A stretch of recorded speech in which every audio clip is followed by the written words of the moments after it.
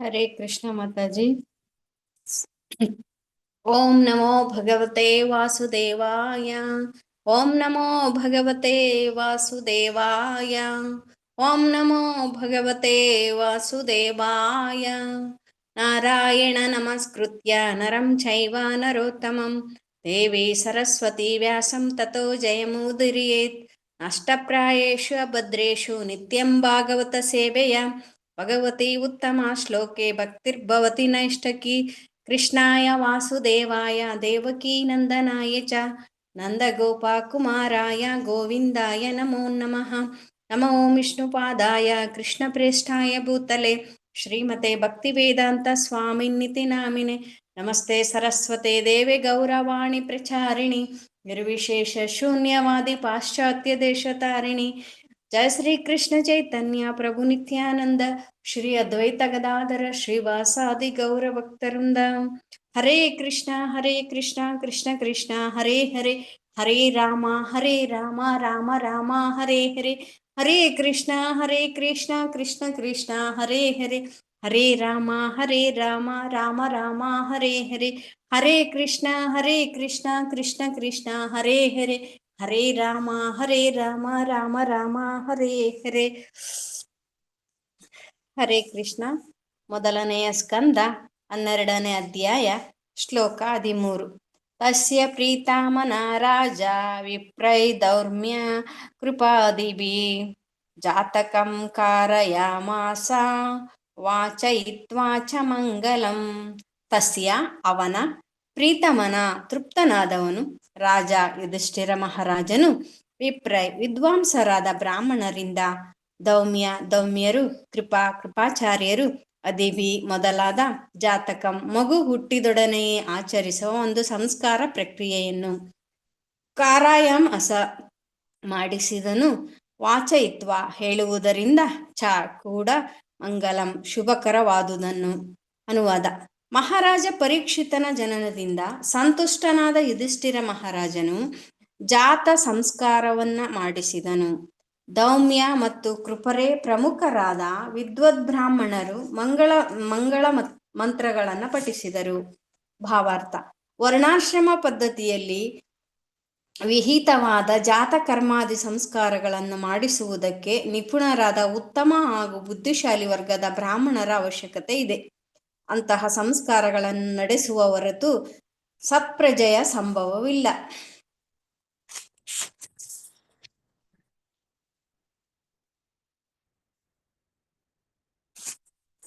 ಕಲಿಯುಗದಲ್ಲಿ ಈ ಸಂಸ್ಕಾರವನ್ನು ನಡೆಸದೇ ಇರುವುದರಿಂದ ಸಮಗ್ರ ಜಗತ್ತಿನ ಜನತೆಯು ಶೂದ್ರ ಅಥವಾ ಅಧಮ ಗುಣವುಳ್ಳದ್ದಾಗಿದೆ. ಈ ಯುಗದಲ್ಲಿ ತಕ್ಕ ಸೌಕರ್ಯ ಮತ್ತು ಉತ್ತಮ ಬ್ರಾಹ್ಮಣರ ಕೊರತೆಯಿಂದಾಗಿ ಶುದ್ಧಿಕಾರಕ ವೈದಿಕ ಸಂಸ್ಕಾರವನ್ನು ಪುನರುಜ್ಜೀವನಗೊಳಿಸುವುದು ಸಾಧ್ಯವಿಲ್ಲವಾಗಿದೆ. ಆದರೆ ಈ ಯುಗಕ್ಕಾಗಿ ಪಾಂಚರಾತ್ರಿಕ ಪದ್ಧತಿಯನ್ನು ಶಿಫಾರಸು ಮಾಡಲಾಗಿದೆ. ಪಾಂಚರಾತ್ರಿಕ ಪದ್ಧತಿಯು ಕಲಿಯುಗದ ಪ್ರಜೆಗಳೆನಿಸಿದ ಶೂದ್ರ ವರ್ಗದ ಜನತೆಯ ಮೇಲೆ ಪರಿಣಾಮಕಾರಿಯಾಗಿರುತ್ತದೆ ಮತ್ತು ಇದು ಕಾಲ ಯುಗಕ್ಕೆ ವಿಧಿತವಾದ ತಕ್ಕ ಶುದ್ಧಿ ಕ್ರಮವಾಗಿದೆ. ಯಾವುದೇ ಇತರ ಉದ್ದೇಶಕ್ಕಾಗಿಯಲ್ಲದೆ ಕೇವಲ ಆಧ್ಯಾತ್ಮಿಕ ಉನ್ನತಿಗಾಗಿ ಮಾತ್ರ ಇಂತಹ ಶುದ್ಧಿ ಸಂಸ್ಕಾರವೂ ಇದೆ. ಆಧ್ಯಾತ್ಮಿಕ ಉನ್ನತಿಯು ಎಂದೂ ಉಚ್ಚ ಅಥವಾ ನೀಚ ವಂಶವೆಂಬ ನಿರ್ಬಂಧಕ್ಕೆ ಒಳಪಟ್ಟಿಲ್ಲ. ಗರ್ಭದಾನ ಸಂಸ್ಕಾರದ ತರುವಾಯ ಗರ್ಭಧರಿಸಿದ ಕಾಲದಲ್ಲಿ ಸೀಮೋಂತನಯನ, ಸದಭಕ್ಷಣ ಮುಂತಾದ ಇತರ ಕೆಲವು ಸಂಸ್ಕಾರಗಳಿವೆ. ಮಗುವು ಹುಟ್ಟಿದಾಗ ಮಾಡುವ ಮೊದಲ ಸಂಸ್ಕಾರ ಜಾತಕ ಕರ್ಮ. ಇದನ್ನು ಮಹಾರಾಜ ಯುಧಿಷ್ಠಿರನು ರಾಜ ಪುರೋಹಿತನಾದ ದೌಮ್ಯ ಮತ್ತು ಪುರೋಹಿತ ಹಾಗೂ ಸೇನಾಧಿಪತಿಯಾದ ಕೃಪಾಚಾರ್ಯ ಮುಂತಾದ ವಿದ್ವದ್ಬ್ರಾಹ್ಮಣರ ಸಹಾಯದಿಂದ ಮಾಡಿಸಿದನು. ಈ ಪಂಡಿತ ಮತ್ತು ಪರಿಣಿತ ಪುರೋಹಿತರು ಇತರ ಉತ್ತಮ ಬ್ರಾಹ್ಮಣರ ನೆರವು ಪಡೆದು ಸಂಸ್ಕಾರವನ್ನು ನೆರವೇರಿಸಲು ಯುಧಿಷ್ಠಿರ ಮಹಾರಾಜನಿಂದ ನಿಯುಕ್ತರಾದರು. ಆದ್ದರಿಂದ ಯಾವ ಸಂಸ್ಕಾರಗಳು ಕೇವಲ ಔಪಚಾರಿಕ ಅಥವಾ ಸಾಮಾಜಿಕ ಸಮಾರಂಭಗಳಲ್ಲ, ಅವುಗಳೆಲ್ಲವೂ ಉದ್ದೇಶಪೂರ್ವಕವಾಗಿವೆ. ಅವುಗಳನ್ನು ದೌಮ್ಯ ಮತ್ತು ಕೃಪಾ ಮುಂತಾದ ಕುಶಲ ಬ್ರಾಹ್ಮಣರಿಂದ ಯಶಸ್ವಿಯಾಗಿ ನೆರವೇರಿಸಲು ಸಾಧ್ಯ. ಇಂತಹ ಬ್ರಾಹ್ಮಣರು ವಿರಳರಷ್ಟೇ ಅಲ್ಲ, ಈ ಯುಗದಲ್ಲಿ ಅಲಭ್ಯರು ಕೂಡ. ಆದ್ದರಿಂದ ಈ ಅವನತಿಯ ಯುಗದಲ್ಲಿ ಆಧ್ಯಾತ್ಮಿಕ ಉನ್ನತಿಗಾಗಿ ಗೋಸ್ವಾಮಿಗಳು ವೈದಿಕ ಕರ್ಮಗಳಿಗಿಂತ ಪಾಂಚರಾತ್ರಿಕ ಸೂತ್ರಗಳಿಗೊಳಪಟ್ಟ ಸಂಸ್ಕಾರಗಳಿಗೆ ಹೆಚ್ಚು ಆದ್ಯತೆ ನೀಡುತ್ತಾರೆ. ಕೃಪಾಚಾರ್ಯರು ಮಹರ್ಷಿ ಶರದ್ವಂತರ ಪುತ್ರರು ಮತ್ತು ಗೌತಮ ವಂಶದಲ್ಲಿ ಜನಿಸಿದವರು. ಜನನವನ್ನ ಆಕಸ್ಮಿಕವೆಂದು ಹೇಳಲಾಗುತ್ತದೆ. ಅಕಸ್ಮಾತಾಗಿ ಮಹರ್ಷಿ ಶರದ್ವಂತನು ಜನಪದಿ ಎಂಬ ಅಪ್ಸರ ಸ್ತ್ರೀಯನ್ನು ಸಂಧಿಸಿದಾಗ ಅವನ ವೀರ್ಯವು 2 ಭಾಗವಾಗಿ ಹೊರಬಿತ್ತು. ತತ್ಕ್ಷಣವೇ ಒಂದು ಭಾಗದಿಂದ ಗಂಡು ಮತ್ತು ಇನ್ನೊಂದು ಭಾಗದಿಂದ ಹೆಣ್ಣು ಅವಳಿ ಮಕ್ಕಳಾಗಿ ಹುಟ್ಟಿದರು. ಮುಂದೆ ಗಂಡು ಮಗುವಿಗೆ ಕೃಪಾ ಎಂದು, ಹೆಣ್ಣು ಮಗುವಿಗೆ ಕೃಪಿ ಎಂದು ಹೆಸರಾಯಿತು.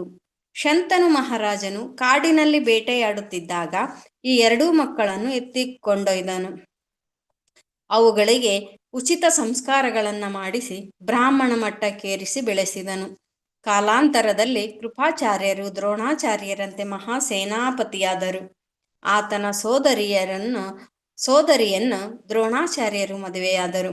ಕೃಪಾಚಾರ್ಯರು ಮುಂದೆ ಕುರುಕ್ಷೇತ್ರ ಯುದ್ಧದಲ್ಲಿ ಭಾಗವಹಿಸಿದರು ಮತ್ತು ದುರ್ಯೋಧನನ ಪಕ್ಷವನ್ನು ಸೇರಿದರು.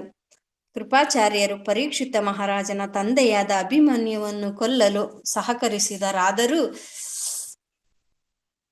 ಪಾಂಡವರು ದ್ರೋಣಾಚಾರ್ಯರಷ್ಟೇ ಮಹಾಬ್ರಾಹ್ಮಣರಾಗಿದ್ದ ಅವರನ್ನು ಗೌರವಿಸುತ್ತಿದ್ದರು.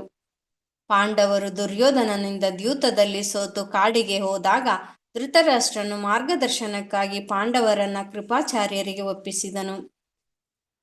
ಯುದ್ಧವು ಮುಗಿದ ಮೇಲೆ ಕೃಪಾಚಾರ್ಯರು ಮತ್ತೆ ರಾಜ್ಯಸಭೆಗೆ ಸದಸ್ಯರಾದರು ಮತ್ತು ಮಹಾರಾಜ ಪರೀಕ್ಷಿತನ ಜನನ ಕಾಲದಲ್ಲಿ ಸಮಾರಂಭವನ್ನು ಪೂರ್ಣಗೊಳಿಸಲು ಮಂಗಳಕರವಾದ ವೇದ ಮಂತ್ರಗಳನ್ನು ಪಠಿಸಲು ಆಹ್ವಾನಿತರಾದರು. ಯುಧಿಷ್ಠಿರ ಮಹಾರಾಜನು ಮಹಾಪ್ರಸ್ಥಾನಕ್ಕೆಂದು ಅರಮನೆಯನ್ನ ಬಿಟ್ಟು ಹಿಮಾಲಯದ ಕಡೆ ಹೊರಡುವಾಗ ಮಹಾರಾಜ ಪರೀಕ್ಷಿತನನ್ನು ಕೃಪಾಚಾರ್ಯರಿಗೆ ಶಿಷ್ಯನನ್ನಾಗಿ ಒಪ್ಪಿಸಿದನು. ಕೃಪಾಚಾರ್ಯರು ಮಹಾರಾಜ ಪರೀಕ್ಷಿತನನ್ನು ತಮ್ಮ ಆಶ್ರಮಕ್ಕೆ ತೆಗೆದುಕೊಂಡುದರಿಂದ ಯುಧಿಷ್ಠಿರನು ಸಮಾಧಾನವಾಗಿ ಮನೆಯನ್ನು ಬಿಟ್ಟನು. ಮಹಾಶಾಸಕರು, ರಾಜರು ಮತ್ತು ಚಕ್ರವರ್ತಿಗಳು ಯಾವಾಗಲೂ ಕೃಪಾಚಾರ್ಯರಂತಹ ವಿದ್ವತ್ ಬ್ರಾಹ್ಮಣರ ಮಾರ್ಗದರ್ಶನದಲ್ಲಿ ನಡೆಯುತ್ತಿದ್ದರು. ಅಲ್ಲದೆ ರಾಜ್ಯಭಾರವನ್ನು ಸಮರ್ಥವಾಗಿ ನಿರ್ವಹಿಸುವುದರಲ್ಲಿ ಶಕ್ತರಾಗಿರುತ್ತಿದ್ದರು. ಶ್ಲೋಕ 14. ಹಿರಣ್ಯಂ ಗಾಮಹಿಂ ಗ್ರಾಮಾನ್ ಅಸ್ತಶ್ವಾನೈ ಪತಿರ್ವರಾನ್ ಪಾದಾತ್ ಸ್ವನ್ನಂ ಚ ವಿಪ್ರೇಭ್ಯ ಪ್ರಜಾತೀರ್ಥೆ ಸತೀರ್ಥವಿತ್. ಹಿರಣ್ಯಂ ಚಿನ್ನವನ್ನು, ಗಾಂ ಗೋವುಗಳನ್ನು, ಮಹಿಂ ಭೂಮಿಯನ್ನು, ಗ್ರಾಮಾನ್ ಹಳ್ಳಿಗಳನ್ನು, ಅಸ್ತಿ ಆನೆ, ಆಶ್ವಾನ್ ಕುದುರೆಗಳನ್ನು, ನೃಪತಿ ರಾಜನು, ವರಾನ್ ಕೊಡುಗೆಗಳನ್ನು, ಪ್ರಾದಾತ್ ದಾನವಾಗಿ ಕೊಟ್ಟನು, ಸ್ವನ್ನಂ ಒಳ್ಳೆಯ ಆಹಾರ ಧಾನ್ಯಗಳನ್ನು, ಚ ಮತ್ತು ವಿಪ್ರೇಭ್ಯ ಬ್ರಾಹ್ಮಣರಿಗೆ, ಪ್ರಜಾತೀರ್ಥೆ ಪುತ್ರ ಜನನವಾದಾಗ ದಾನ ಕೊಡುವ ಸಂದರ್ಭದಲ್ಲಿ, ಸ ಆ ತೀರ್ಥವಿ ದಾನವನ್ನು ಯಾವಾಗ ಎಲ್ಲಿ ಕೊಡಬೇಕೆಂಬುದನ್ನು ತಿಳಿದ. ಅನುವಾದ: ಪುತ್ರ ಜನನವಾದಾಗ ದಾನವನ್ನು ಹೇಗೆ, ಎಲ್ಲಿ ಮತ್ತು ಯಾವಾಗ ಕೊಡಬೇಕೆಂಬುದನ್ನು ತಿಳಿದಿದ್ದ ರಾಜನು ಬ್ರಾಹ್ಮಣರಿಗೆ ಚಿನ್ನ, ಭೂಮಿ, ಗ್ರಾಮ, ಗಜ, ತುರಗ ಮತ್ತು ಒಳ್ಳೆಯ ಆಹಾರ ಧಾನ್ಯಗಳನ್ನು ದಾನ ನೀಡಿದನು. ಭಾವಾರ್ಥ: ಗೃಹಸ್ಥರಾದವರಿಂದ ಬ್ರಾಹ್ಮಣರು ಮತ್ತು ಸನ್ಯಾಸಿಗಳು ಮಾತ್ರ ದಾನವನ್ನು ಸ್ವೀಕರಿಸಲು ಅಧಿಕೃತರು. ಎಲ್ಲ ಸಂಸ್ಕಾರಗಳ ಸಂದರ್ಭಗಳಲ್ಲಿಯೂ, ವಿಶೇಷವಾಗಿ ಜನನ, ವಿವಾಹ ಮತ್ತು ಮರಣ ಕಾಲದಲ್ಲಿ ಬ್ರಾಹ್ಮಣರಿಗೆ ದ್ರವ್ಯವನ್ನು ದಾನ ಮಾಡಲಾಗುತ್ತದೆ. ಏಕೆಂದರೆ ಮಾನವ ಜನಾಂಗದ ಮುಖ್ಯ ಅಗತ್ಯಗಳಿಗೆ ಸಂಬಂಧಿಸಿದಂತೆ ಬ್ರಾಹ್ಮಣರು ಉತ್ತಮ ಮಟ್ಟದ ಸೇವೆಯನ್ನು ಸಲ್ಲಿಸುತ್ತಾರೆ. ದಾನವು ಚಿನ್ನ, ಭೂಮಿ, ಗ್ರಾಮ, ಕುದುರೆ, ಆನೆ ಮತ್ತು ಆಹಾರ ಧಾನ್ಯಗಳ ರೂಪದಲ್ಲಿ ಇರುತ್ತಿತ್ತು. ಅಲ್ಲದೆ ಅಡಿಗೆಗೆ ಅಗತ್ಯವಾಗುವ ಇತರ ಎಲ್ಲ ಸಾಮಗ್ರಿಗಳು ಸಾಕಷ್ಟು ಪ್ರಮಾಣದಲ್ಲಿರುತ್ತಿದ್ದವು. ಆದ್ದರಿಂದ ಬ್ರಾಹ್ಮಣರು ನಿಜವಾದ ಅರ್ಥದಲ್ಲಿ ಬಡವರಾಗಿರಲಿಲ್ಲ.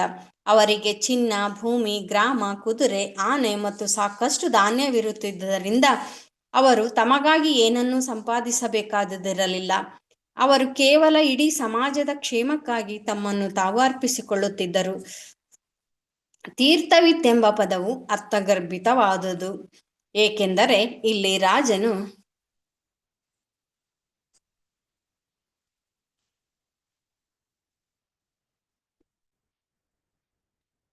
ಎಲ್ಲಿ ಮತ್ತು ಎಂದು ದಾನವನ್ನು ಕೊಡಬೇಕೆಂಬುದನ್ನು ಚೆನ್ನಾಗಿ ಬಲ್ಲವನಾಗಿದ್ದನು. ದಾನವು ಎಂದೂ ನಿಷ್ಫಲವಾಗುವುದಿಲ್ಲ ಅಥವಾ ಕುರುಡು ದಾನವಾಗುವುದಿಲ್ಲ. ಆಧ್ಯಾತ್ಮಿಕ ಸಾಕ್ಷಾತ್ಕಾರದ ಬಲದಿಂದಾಗಿ ದಾನವನ್ನು ಸ್ವೀಕಾರ ಮಾಡುವ ಅರ್ಹತೆ ಇರುವವರಿಗೆ ಅದನ್ನು ನೀಡಬೇಕೆಂದು ಶಾಸ್ತ್ರಗಳಲ್ಲಿ ಹೇಳಲಾಗಿದೆ. ಅನಧಿಕೃತ ವ್ಯಕ್ತಿಗಳು ಭಗವಂತನನ್ನ ಕುರಿತು ದರಿದ್ರ ನಾರಾಯಣ ಎಂಬ ತಪ್ಪು ಕಲ್ಪನೆಯನ್ನು ಸೃಷ್ಟಿಸಿದ್ದಾರೆ. ಅವನು ದಾನ ಪಾತ್ರನೆಂದು ಶಾಸ್ತ್ರಗಳಲ್ಲೆಲ್ಲೂ ಕಂಡು ಬಂದಿಲ್ಲ. ಅಥವಾ ಒಬ್ಬ ದಟ್ಟ ದರಿದ್ರನು ಗಜತುರಗ ಭೂಗ್ರಾಮಗಳಂತಹ ಸಮೃದ್ಧ ದಾನವನ್ನು ಪಡೆಯಲಾಗುವುದಿಲ್ಲ. ಇದರ ಫಲಿತಾರ್ಥವೆಂದರೆ ಬುದ್ಧಿಶಾಲಿಗಳು ಅಥವಾ ವಿಶೇಷವಾಗಿ ಭಗವತ್ ಸೇವೆಯಲ್ಲಿ ನಿರತರಾದ ಬ್ರಾಹ್ಮಣರು ತಮ್ಮ ದೈಹಿಕ ಅಗತ್ಯಗಳಿಗಾಗಿ ಚಿಂತೆ ಮಾಡದೆ ಯೋಗ್ಯ ರೀತಿಯಲ್ಲಿ ರಕ್ಷಿಸಲ್ಪಡುತ್ತಿದ್ದರು. ರಾಜರು ಮತ್ತು ಇತರ ಗೃಹಸ್ಥಾಶ್ರಮಿಗಳು ಅವರ ಎಲ್ಲ ಸೌಕರ್ಯಗಳನ್ನು ಸಂತೋಷದಿಂದ ಒದಗಿಸುತ್ತಿದ್ದರು. ಮಗುವು ನಾಭಿನಾಳದಿಂದ ತಾಯಿಯ ಶರೀರದ ಜೊತೆಗೆ ಸೇರಿರುವವರೆಗೆ ಅದು ತಾಯಿಯ ಶರೀರದೊಡನೆ ಒಂದಾಗಿರುವುದಾಗಿ ಪರಿಗಣಿಸಬೇಕೆಂದು ಶಾಸ್ತ್ರಗಳಲ್ಲಿ ವಿಹಿತವಾಗಿದೆ. ಆದರೆ ನಾಭಿನಾಳವು ಮುರಿದ ಕ್ಷಣದಲ್ಲಿಯೇ ಮಗುವು ತಾಯಿಯಿಂದ ಬೇರೆಯಾದಾಗ ಜಾತ ಸಂಸ್ಕಾರವನ್ನು ಮಾಡಲಾಗುತ್ತದೆ. ಜನಿಸಿದ ಮಗುವನ್ನು ನೋಡಲು ಅಧಿಕಾರಿ ದೇವತೆಗಳು ಮತ್ತು ಪೂರ್ವ ಪಿತೃಗಳು ಬರುತ್ತಾರೆ. ಅಂತಹ ಸಂದರ್ಭದಲ್ಲಿ ಸಮಾಜದ ಆಧ್ಯಾತ್ಮಿಕ ಉನ್ನತಿಗಾಗಿ ಯೋಗ್ಯ ವ್ಯಕ್ತಿಗಳಿಗೆ ಸಾರ್ಥಕವಾದ ದ್ರವ್ಯ ದಾನವನ್ನು ಮಾಡುವುದು ಉಚಿತವೆಂದು ವಿಶೇಷವಾಗಿ ಅಂಗೀಕರಿಸಲಾಗಿದೆ. ಶ್ಲೋಕ 15.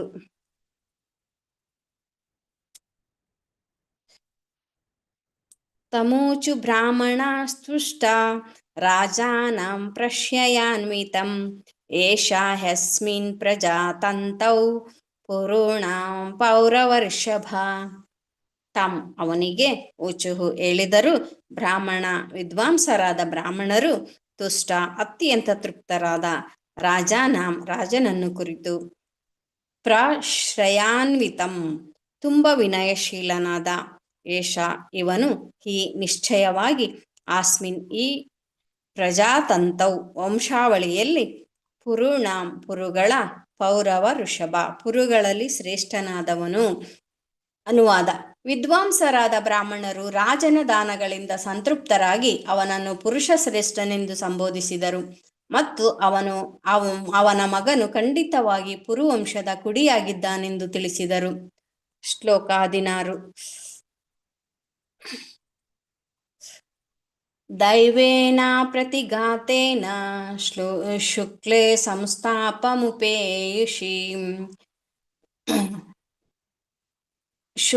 ಸಂಸ್ಥಾಪಮುಪೇಯುಷಿ ರಾಥೋವೋನುಗ್ರಹಾರ್ಥಾಯ ವಿಷ್ಣುನಾ ಪ್ರಭು ವಿಷ್ಣುನಾ. ದೈವೇನ ಲೋಕೋತ್ತರ ಶಕ್ತಿಯಿಂದ, ಅಪ್ರತಿಘಾತೇನ ನಿವಾರಿಸಲು ಅಶಕ್ಯವಾದ, ಶುಕ್ಲೆ ಶುದ್ಧನಾದವನಿಗೆ, ಸಂಸ್ಥಾಂ ನಾಶವನ್ನು, ಉಪೇಯುಷಿ ತಂದೊಡ್ಡಿದಂತಾಗಲು, ರಾತಃ ರಕ್ಷಿತನಾದವನು, ವಹ ನಿಮ್ಮ ಅನುಗ್ರಹಾರ್ಥಾಯ ಅನುಗ್ರಹಕ್ಕಾಗಿ, ವಿಷ್ಣುನ ಸರ್ವವ್ಯಾಪಿಯಾದ ಭಗವಂತನಿಂದ, ಪ್ರಭು ವಿಷ್ಣುನ ಸರ್ವಶಕ್ತನಿಂದ. ಅನುವಾದ: ಬ್ರಾಹ್ಮಣರು ಹೇಳಿದರು, ನಿನ್ನನ್ನು ಅನುಗ್ರಹಿಸಲು ಸರ್ವಶಕ್ತ ಸರ್ವವ್ಯಾಪಿ ದೇವೋತ್ತಮ ಪರಮಪುರುಷನಾದ ಭಗವಾನ್ ವಿಷ್ಣುವು ಈ ನಿಷ್ಕಳಂಕ ಮಗನನ್ನು ಪುನರುಜ್ಜೀವಿಸಿದ್ದಾನೆ. ಅವನು ಅಪ್ರತಿಹತವಾದ ದೈವೀ ಅಸ್ತ್ರದಿಂದ ನಾಶದ ಅಂಚಿನಲ್ಲಿರುವಾಗ ರಕ್ಷಿಸಲ್ಪಟ್ಟವನಾಗಿದ್ದಾನೆ. ಭಾವಾರ್ಥ: ಮಗು ಪರೀಕ್ಷಿತನು ಎರಡು ಕಾರಣಗಳಿಗಾಗಿ ಸರ್ವಶಕ್ತ ಮತ್ತು ಸರ್ವವ್ಯಾಪಿ ವಿಷ್ಣುವಿನಿಂದ ಅಂದರೆ ಶ್ರೀಕೃಷ್ಣನಿಂದ ರಕ್ಷಿತನಾದನು. ಮೊದಲನೆಯ ಕಾರಣವೆಂದರೆ ತಾಯಿಯ ಗರ್ಭದಲ್ಲಿದ್ದ ಆ ಮಗುವು ಭಗವಂತನ ಪರಿಶುದ್ಧ ಭಕ್ತನಾಗಿದ್ದರಿಂದ ನಿಷ್ಕಳಂಕನಾಗಿದ್ದನು. ಎರಡನೆಯ ಕಾರಣವೆಂದರೆ ಮಗುವು ಧರ್ಮಿಷ್ಠ ರಾಜನಾದ ಯುಧಿಷ್ಠಿರನ ಧರ್ಮಶ್ರದ್ಧೆಯುಳ್ಳ ಪೂರ್ವಜನಾದ ಪುರುವಿನ ವಂಶದಲ್ಲಿ ಉಳಿದ ಏಕೈಕ ಗಂಡು ಸಂತಾನವಾಗಿದ್ದನು. ಭಗವಂತನು ಶಾಂತಿಯುತ ಮತ್ತು ಸಮೃದ್ಧ ಭರಿತ ಜೀವನದ ನಿಜವಾದ ಪ್ರಗತಿಗಾಗಿ ಭೂಮಿಯನ್ನಾಳಲು ತನ್ನ ಪ್ರತಿನಿಧಿಗಳಾಗಿ ಧರ್ಮಿಷ್ಠ ರಾಜಪೀಳಿಗೆಯನ್ನು ಮುಂದುವರಿಸಲು ಅಪೇಕ್ಷಿಸುತ್ತಾನೆ. ಕುರುಕ್ಷೇತ್ರ ಯುದ್ಧವಾದ ಬಳಿಕ ಯುಧಿಷ್ಠಿರ ಮಹಾರಾಜನ ಮುಂದಿನ ತಲೆಮಾರಿನವರಿಗೆ ಜೀವ ನಷ್ಟವಾಗಿದ್ದಿತು. ಆ ದೊಡ್ಡ ರಾಜಮನೆತನದಲ್ಲಿ ಮತ್ತೊಬ್ಬ ಮಗನನ್ನು ಪಡೆಯಲು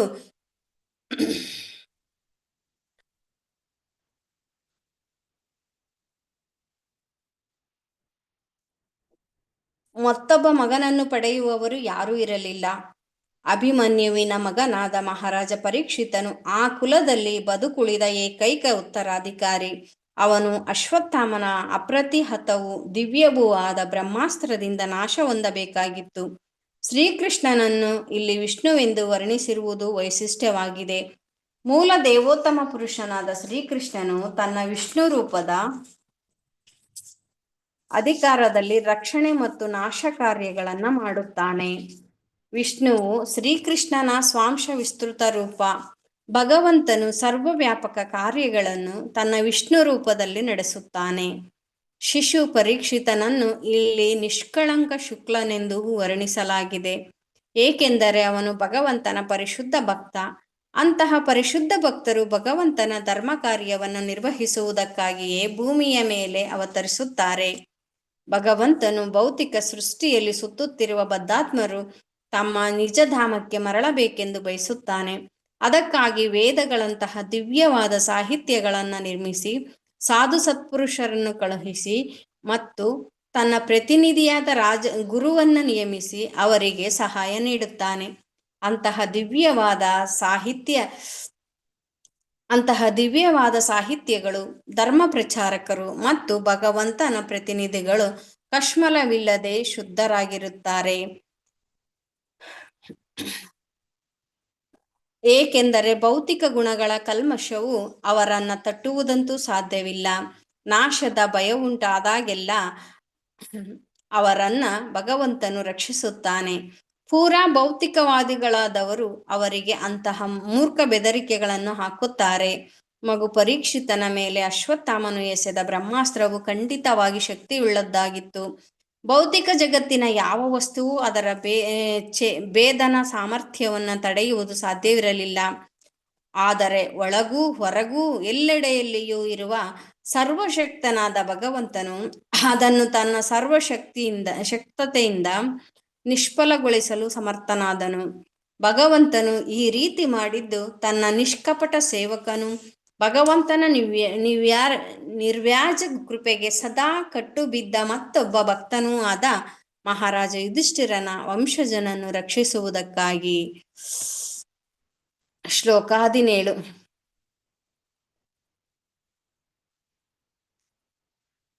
ತಸ್ಮಾನ್ನಾಮ್ನಾ ವಿಷ್ಣುರಾತ ಇತಿ ಲೋಕೆ ಭವಿಷ್ಯತಿ ನ ಸಂದೇಹೋ ಮಹಾಭಾಗವತೋ ಮಹಾನ್. ತಸ್ಮಾತ್ ಆದ್ದರಿಂದ, ನಾಮ್ನ ಹೆಸರಿನಿಂದ, ವಿಷ್ಣುರಾತ ದೇವೋತ್ತಮ ಪುರುಷನಾದ ವಿಷ್ಣುವಿನಿಂದ ರಕ್ಷಿತನಾದವನು, ಇತಿ ಹೀಗೆ, ಲೋಕೆ ಸಕಲ ಲೋಕಗಳಲ್ಲಿ, ಭವಿಷ್ಯತಿ ಪ್ರಸಿದ್ಧನಾಗುವನು, ನಾ ಸಂದೇಹ ಸಂಶಯವಿಲ್ಲ, ಮಹಾಭಾಗ ಅತ್ಯಂತ ಅದೃಷ್ಟಶಾಲಿಯೇ, ಮಹಾಭಾಗವತಃ ಉತ್ತಮ ಶ್ರೇಣಿಯ ಭಗವದ್ಭಕ್ತನು, ಮಹಾನ್ ಸಕಲ ಸದ್ಗುಣಗಳಿಂದ ಅರ್ಹನಾದ. ಅನುವಾದ: ಈ ಕಾರಣದಿಂದ ಈ ಮಗುವು ಲೋಕದಲ್ಲಿ ದೇವೋತ್ತಮ ಪರಮಪುರುಷನಿಂದ ರಕ್ಷಿತನಾದವನೆಂದು ಪ್ರಖ್ಯಾತನಾಗುವನು. ಎಲೈ ಮಹಾಭಾಗ್ಯವಂತನೇ, ಈ ಮಗುವು ಭಕ್ತ ಶ್ರೇಷ್ಠನಾಗುವುದರಲ್ಲಿ ಮತ್ತು ಸಕಲ ಕಲ್ಯಾಣ ಗುಣಯುಕ್ತನಾಗುವುದರಲ್ಲಿ ಸಂದೇಹವಿಲ್ಲ. ಭಾವಾರ್ಥ: ಎಲ್ಲ ವರಿಷ್ಠ ನಾಯಕರಾಗಿರುವುದರಿಂದ ಭಗವಂತನು ಸಕಲ ಜೀವಿಗಳಿಗೂ ರಕ್ಷಣೆ ನೀಡುತ್ತಾನೆ. ಎಲ್ಲರ ವರಿಷ್ಠ ನಾಯಕನಾಗಿರುವುದರಿಂದ ಭಗವಂತನು ಸಕಲ ಜೀವಿಗಳಿಗೂ ರಕ್ಷಣೆ ನೀಡುತ್ತಾನೆ. ವೇದ ಮಂತ್ರಗಳು ಭಗವಂತನನ್ನು ಶ್ರೀಕೃಷ್ಣನನ್ನು ಪುರುಷರಲ್ಲಿ ಪುರುಷೋತ್ತಮನೆಂದು ದೃಢಪಡಿಸುತ್ತವೆ. ಪುರುಷರಿಬ್ಬರ ನಡುವಿನ ವ್ಯತ್ಯಾಸವೆಂದರೆ, ದೇವೋತ್ತಮ ಪುರುಷನಾದವನು ಇತರ ಎಲ್ಲ ಜೀವಿಗಳನ್ನು ಪೋಷಿಸುತ್ತಾನೆ. ಅವನನ್ನು ತಿಳಿಯುವುದರಿಂದ ಶಾಶ್ವತ ಸುಖವನ್ನು ಹೊಂದಬಹುದು. ಕಠೋಪನಿಷತ್. ಅವನು ತನ್ನ ವಿವಿಧ ಶಕ್ತಿಗಳಿಂದ ವಿವಿಧ ವರ್ಗಗಳ ಜೀವಿಗಳಿಗೆ ಅಂತಹ ರಕ್ಷಣೆಯನ್ನು ದಯಪಾಲಿಸುತ್ತಾನೆ. ಆದ್ದರಿಂದಲೇ ಮಹಾರಾಜ ಪರೀಕ್ಷಿತನು ತನ್ನ ತಾಯಿಯ ಗರ್ಭದಲ್ಲಿ ಜನ್ಮ ತಳೆಯುವ ಆರಂಭದಿಂದಲೇ ರಕ್ಷಿತನಾಗಿರುವನು. ಭಗವಂತನು ಅವನಿಗೆ ವಿಶೇಷವಾಗಿ ರಕ್ಷಣೆಯನ್ನು ಕೊಟ್ಟಿದ್ದರಿಂದಲೇ ಆ ಮಗುವು ಸಕಲ ಗುಣೋಪೇತನಾಗಿ ಭಗವಂತನ ಪರಮ ಭಕ್ತನಾಗುವನೆಂಬ ಸೂಚನೆಯನ್ನು ತಿಳಿಯಬೇಕು. ಭಕ್ತರಲ್ಲಿ 3 ವರ್ಗಗಳಿವೆ: ಮಹಾಭಾಗವತ, ಮಧ್ಯಮಾಧಿಕಾರಿ ಮತ್ತು ಕನಿಷ್ಠಾಧಿಕಾರಿ. ಭಗವಂತನ ಮಂದಿರಗಳಿಗೆ ಹೋಗಿ ಗೌರವದಿಂದ ವಿಗ್ರಹವನ್ನು ಪೂಜಿಸುವ ಭಕ್ತರಿರುತ್ತಾರೆ. ದೇವತಾ ವಿಜ್ಞಾನದಲ್ಲಿ ಸಾಕಷ್ಟು ತಿಳುವಳಿಕೆ ಇಲ್ಲದಿರುವುದರಿಂದ ಇವರು ಭಗವದ್ಭಕ್ತರ ಬಗ್ಗೆ ಆದರ ತೋರುವವರಲ್ಲ.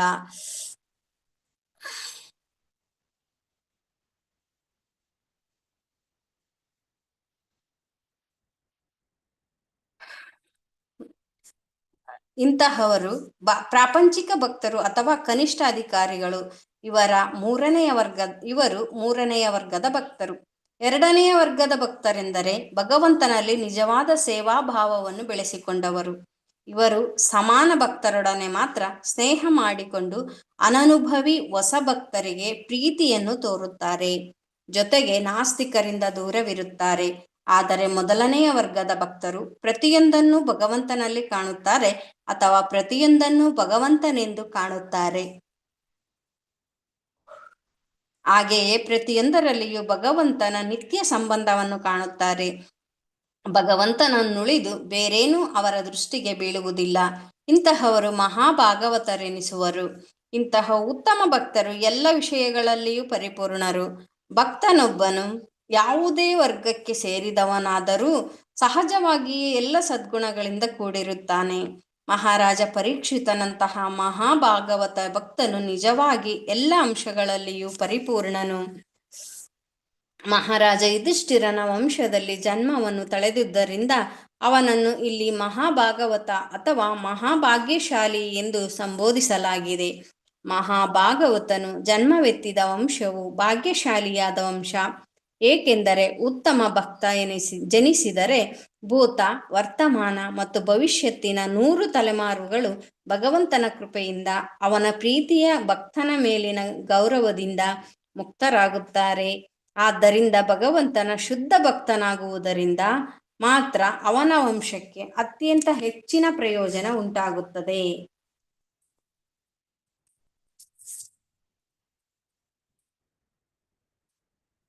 ಶ್ಲೋಕ 18. ಅಪ್ಯೇಷ ವಂಶಾನ್ ರಾಜಶ್ರೀನೀನ್ ಪುಣ್ಯಶ್ಲೋಕಾನ್ ಮಹಾತ್ಮನ ಅನುವರ್ತಿತಾ ಸಿದ್ಧ್ಯಶಸಾ ಸಾಧುವಾದೇನ ಸತ್ತಮಾಂ. ಶ್ಲೋಕ 18. ಶ್ರೀರಾಜೋವಾಚ ಅಪ್ಯೇಷ ವಂಶಾನ್ ರಾಜರ್ಷೀನ್ ಪುಣ್ಯಶ್ಲೋಕಾನ್ ಮಹಾತ್ಮನ ಅನುವರ್ತಿತಾ ಸ್ವಿತ್ ಯಶಸ ಸಾಧುವಾದೇನ ಸತ್ತಮಾಂ. ಶ್ರೀರಾಜ ಅತಿ ಶ್ರೇಷ್ಠನಾದ ರಾಜನು ಯುಧಿಷ್ಠಿರ ಮಹಾರಾಜನು ಉವಾಚ ಹೇಳಿದನು.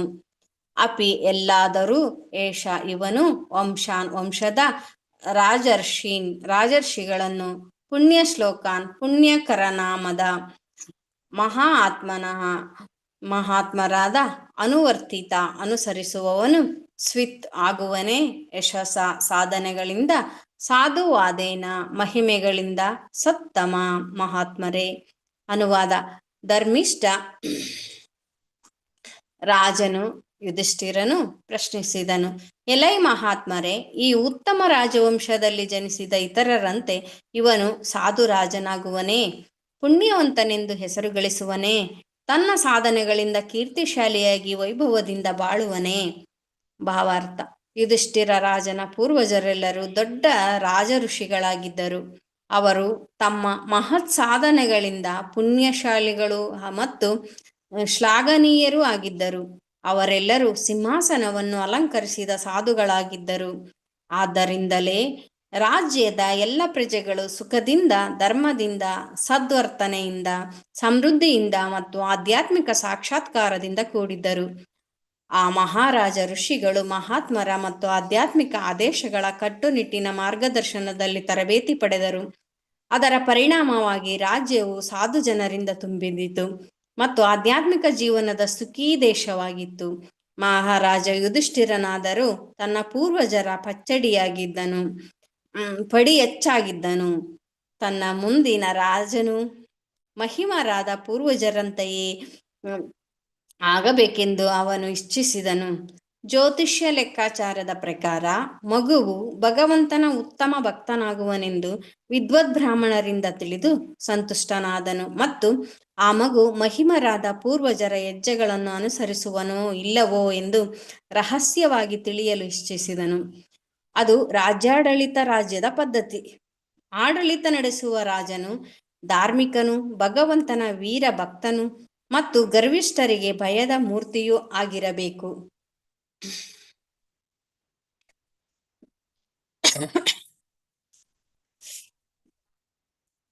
ಅವನು ತನ್ನ ಮುಗ್ಧ ಪ್ರಜೆಗಳನ್ನು ಆಳಲು ತನ್ನಷ್ಟೇ ಅರ್ಹತೆಯುಳ್ಳ ಉತ್ತರಾಧಿಕಾರಿಯನ್ನು ಬಿಟ್ಟು ಹೋಗಬೇಕು. ಆಧುನಿಕ ಪ್ರಜಾಪ್ರಭುತ್ವವುಳ್ಳ ರಾಜ್ಯ ವ್ಯವಸ್ಥೆಯಲ್ಲಿ ಜನರು ಸ್ವತಃ ಶೂದ್ರ ಗುಣಮಟ್ಟಕ್ಕಿಳಿದು ಅಥವಾ ಅದಕ್ಕಿಂತಲೂ ಕೀಳ್ಮಟ್ಟದವರಾಗಿ, ಸರ್ಕಾರವು ಆಡಳಿತ ಶಿಕ್ಷಣದ ಶಾಸ್ತ್ರೀಯ ಪದ್ಧತಿಯನ್ನರಿಯದ ಅವರ ಪ್ರತಿನಿಧಿಗಳಿಂದ ನಡೆಯುತ್ತದೆ. ಹೀಗೆ ಇಡೀ ವಾತಾವರಣವು ಶೂದ್ರ ಗುಣಗಳಿಂದ ತುಂಬಿದ್ದು ಕಾಮ ಮತ್ತು ಲೋಭಗಳು ತಾಂಡವವಾಡುತ್ತಿರುತ್ತವೆ. ಅಂತಹ ಆಡಳಿತಗಾರನು ದಿನವೂ ತಮ್ಮಲ್ಲಿಯೇ ಕಚ್ಚಾಡುತ್ತಿರುತ್ತಾರೆ. ಮಂತ್ರಿಮಂಡಲವು ದಕ್ಷ ಮತ್ತು ಗುಂಪುಗಾರಿಕೆಯ ಸ್ವಾರ್ಥದಿಂದ ಆಗಾಗ್ಗೆ ಬದಲಾಗುತ್ತಿರುತ್ತದೆ. ಪ್ರತಿಯೊಬ್ಬನು ತಾನು ಸಾಯುವವರೆಗೂ ರಾಜ್ಯದ ಸಂಪನ್ಮೂಲಗಳನ್ನು ಶೋಷಿಸ ಬಯಸುತ್ತಾನೆ. ಒತ್ತಾಯ ಮಾಡುವ ಹೊರತು ರಾಜಕೀಯ ಜೀವನದಿಂದ ಯಾರೂ ನಿವೃತ್ತರಾಗುವುದಿಲ್ಲ. ಅಂತಹ ಅಧಮ ವರ್ಗದ ಆಳುವ ಮಂದಿ ಪ್ರಜೆಗಳಿಗೆ ಹೇಗೆ ತಾನೇ ಹಿತವನ್ನು ಮಾಡುತ್ತಾರೆ? ಇದರ ಪರಿಣಾಮವೆಂದರೆ ಭ್ರಷ್ಟಾಚಾರ, ಒಳಸಂಚು ಮತ್ತು ವಂಚನೆ. ಹುದ್ದೆಗಳನ್ನು ವಹಿಸಿಕೊಳ್ಳುವ ಮೊದಲು ಆಡಳಿತಗಾರರು ಎಷ್ಟು ಆದರ್ಶವಾಗಿರಬೇಕೆಂಬುದನ್ನು ಅವರು ಶ್ರೀಮದ್ ಭಾಗವತದಿಂದ ಕಲಿಯಬೇಕು. ಶ್ಲೋಕ 19. ಶ್ರೀ ಬ್ರಾಹ್ಮಣ ಉವಾಚ ಪಾರ್ಥ ಪ್ರಜಾವಿತ ಸಾಕ್ಷ್ಯ ದಿಕ್ಷ್ವಾಕುರಿವ ಮಾನವ ಬ್ರಾಹ್ಮಣ್ಯ ಸತ್ಯಸಂಧಶ್ಚ ರಾಮೋ ದಾಶರಥೀರ್ಥ.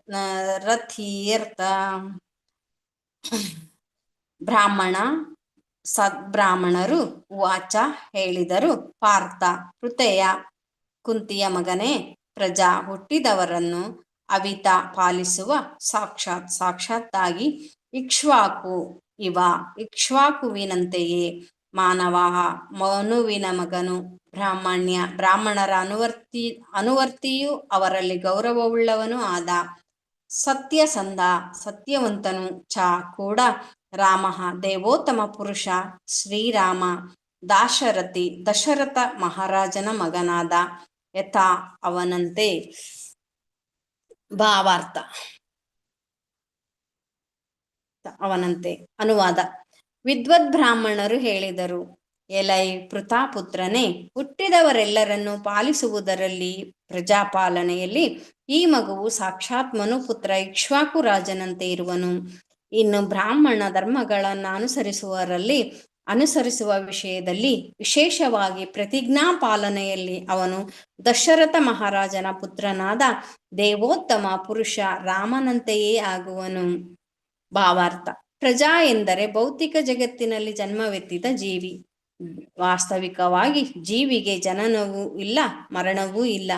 ಆದರೆ ಅವನು ಭಗವತ್ ಸೇವೆಯಿಂದ ದೂರವಾಗಿರುವುದರಿಂದ ಮತ್ತು ಭೌತಿಕ ಪ್ರಕೃತಿಯ ಮೇಲೆ ಅಧಿಪತ್ಯ ನಡೆಸುವ ಇಚ್ಛೆ ಇರುವುದರಿಂದ ತನ್ನ ಐಹಿಕ ಆಸೆಗಳನ್ನು ತಣಿಸುವುದಕ್ಕಾಗಿ ಅವನಿಗೆ ತಕ್ಕ ದೇಹವನ್ನು ಕೊಡಲಾಗಿದೆ. ಹಾಗೆ ಮಾಡುವಲ್ಲಿ ವ್ಯಕ್ತಿಯು ಭೌತಿಕ ಪ್ರಕೃತಿಯ ನಿಯಮಗಳಿಗೆ ಬದ್ಧನಾಗುತ್ತಾನೆ ಮತ್ತು ಭೌತಿಕ ದೇಹವಾದರೂ ಅವನ ಕರ್ಮಗಳಿಗೆ ಅನುಸಾರವಾಗಿ ಬದಲಾಗುತ್ತದೆ. ಜೀವಿಯು ಹೀಗೆ 84 ಲಕ್ಷ ಯೋನಿಗಳಲ್ಲಿ ಒಂದು ದೇಹವನ್ನು ಬಿಟ್ಟು ಮತ್ತೊಂದು ದೇಹವನ್ನು ಸೇರುತ್ತಾನೆ. ಆದರೆ ಅವನು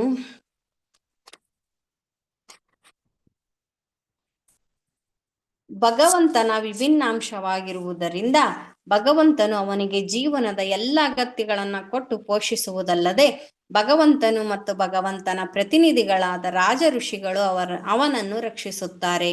ಈ ರಾಜ ಋಷಿಗಳು ಎಲ್ಲ ಪ್ರಜೆಗಳಿಗೆ ಅಥವಾ ಜೀವಿಗಳಿಗೆ ಪೂರ್ತಿಯಾಗಿ ಬದುಕಿ ಬಂಧನದ ಗಡುವನ್ನು ಪೂರ್ಣಗೊಳಿಸಲು ರಕ್ಷಣೆಯನ್ನು ನೀಡುತ್ತಾರೆ.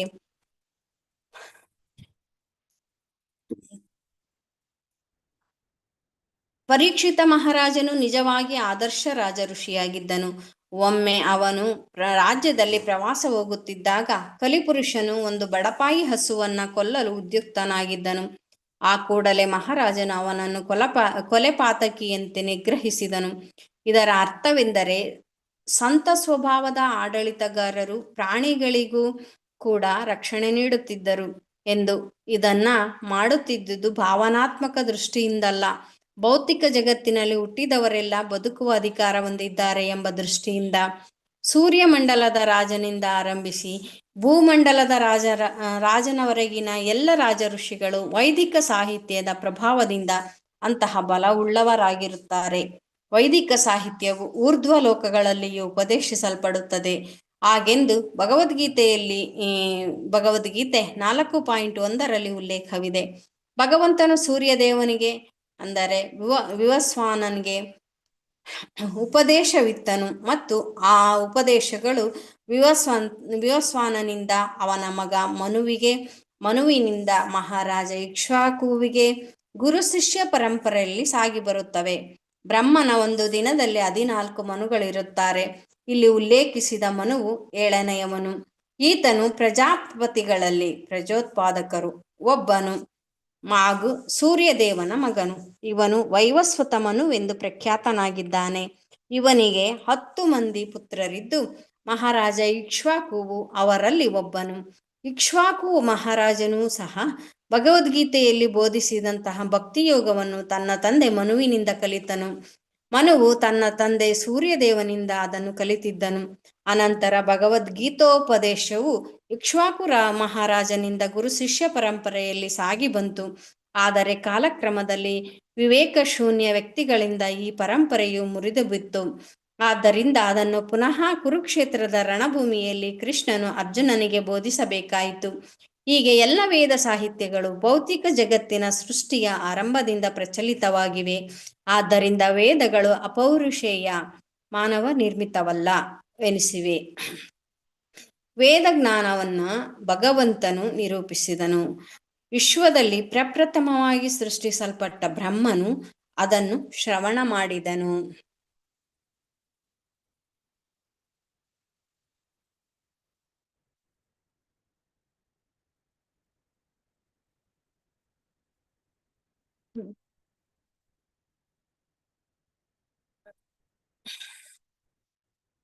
ಮಹಾರಾಜ ಇಕ್ಷ್ವಾಕು ವೈವಸ್ವತ ಮನುವಿನ ಪುತ್ರರಲ್ಲಿ ಒಬ್ಬನು. ಇವನಿಗೆ 100 ಜನ ಗಂಡು ಮಕ್ಕಳಿದ್ದರು. ಇವನು ಮಾಂಸಾಹಾರವನ್ನು ನಿಷೇಧಿಸಿದ್ದನು. ಇವನ ಮರಣಾನಂತರ ಇವನ ಮಗ ಶಶಾದನು ರಾಜನಾದನು. ಮನು ಈ ಶ್ಲೋಕದಲ್ಲಿ ಇಕ್ಷ್ವಾಕುವಿನ ತಂದೆ ಎಂದು ಹೇಳಲಾದ ಮನುವು ವಿವಸ್ವಾನ್ ಸೂರ್ಯದೇವನ ಪುತ್ರ. ಇವನು ವೈವಸ್ವತ ಮನು ಎಂಬ ಹೆಸರಿನ 7ನೆಯ ಮನು. ಅರ್ಜುನನಿಗೆ ಉಪದೇಶ ಮಾಡುವ ಮೊದಲು ಶ್ರೀಕೃಷ್ಣನು ಭಗವದ್ಗೀತೋಪದೇಶವನ್ನ ವಿವಸ್ವನನಿಗೆ ಮಾಡಿದ್ದನು. ಮಾನವ ಕುಲವು ಮನುವಿನ ಸಂತಾನ. ಈ ವೈವಸ್ವತ ಮನುವಿಗೆ ಇಕ್ಷ್ವಾಕು, ನಭಗ, ದೃಷ್ಟ, ಶರಿಯಾತಿ, ನರಿಷ್ಯಂತ, ನಾಭಾಗ, ದಿಷ್ಟ, ಕರುಷ, ಪೃಷಭದ್ರ ಮತ್ತು ವಸುಮಾನ್ ಎಂದು 10 ಮಂದಿ ಗಂಡು ಮಕ್ಕಳಿದ್ದರು. ವೈವಸ್ವತ ಮನುವಿನ ಅಧಿಪತ್ಯದ ಆರಂಭದಲ್ಲಿ ಭಗವಂತನ ಮತ್ಸ್ಯಾವತಾರವು ಬೃಹದಾಕಾರದ ಮೀನು ಆವಿರ್ಭವಿಸಿತು. ವೈವಸ್ವತನು ತನ್ನ ತಂದೆ ಸೂರ್ಯದೇವ ವಿವಸ್ವಾನನಿಂದ ಭಗವದ್ಗೀತೆಯ ತತ್ವಗಳನ್ನು ಕಲಿತನು ಮತ್ತು ಅದೇ ತನ್ನ ಮಗನಾದ ಮಹಾರಾಜ ಇಕ್ಷ್ವಾಕುವಿಗೆ ಉಪದೇಶಿಸಿದನು. ತ್ರೇತಾಯುಗದ ಆದಿಯಲ್ಲಿ ಸೂರ್ಯದೇವನು ಮನುವಿಗೆ ಭಕ್ತಿ ಸೇವೆಯನ್ನು ಉಪದೇಶಿಸಿದನು ಮತ್ತು ಮನುವು ತನ್ನ ಸರದಿಯಲ್ಲಿ ಸಮಗ್ರ ಮಾನವ ಸಮಾಜದ ಕಲ್ಯಾಣಕ್ಕಾಗಿ ಅದನ್ನು ಇಕ್ಷ್ವಾಕುವಿಗೆ ಬೋಧಿಸಿದನು. ಶ್ರೀರಾಮ ದೇವೋತ್ತಮ ಪರಮಪುರುಷನು ತನ್ನ ಶುದ್ಧ ಭಕ್ತನೂ ಅಯೋಧ್ಯೆಯ ರಾಜನೂ ಆದ ದಶರಥನ ಪುತ್ರತ್ವವನ್ನು ಅಂಗೀಕರಿಸಿ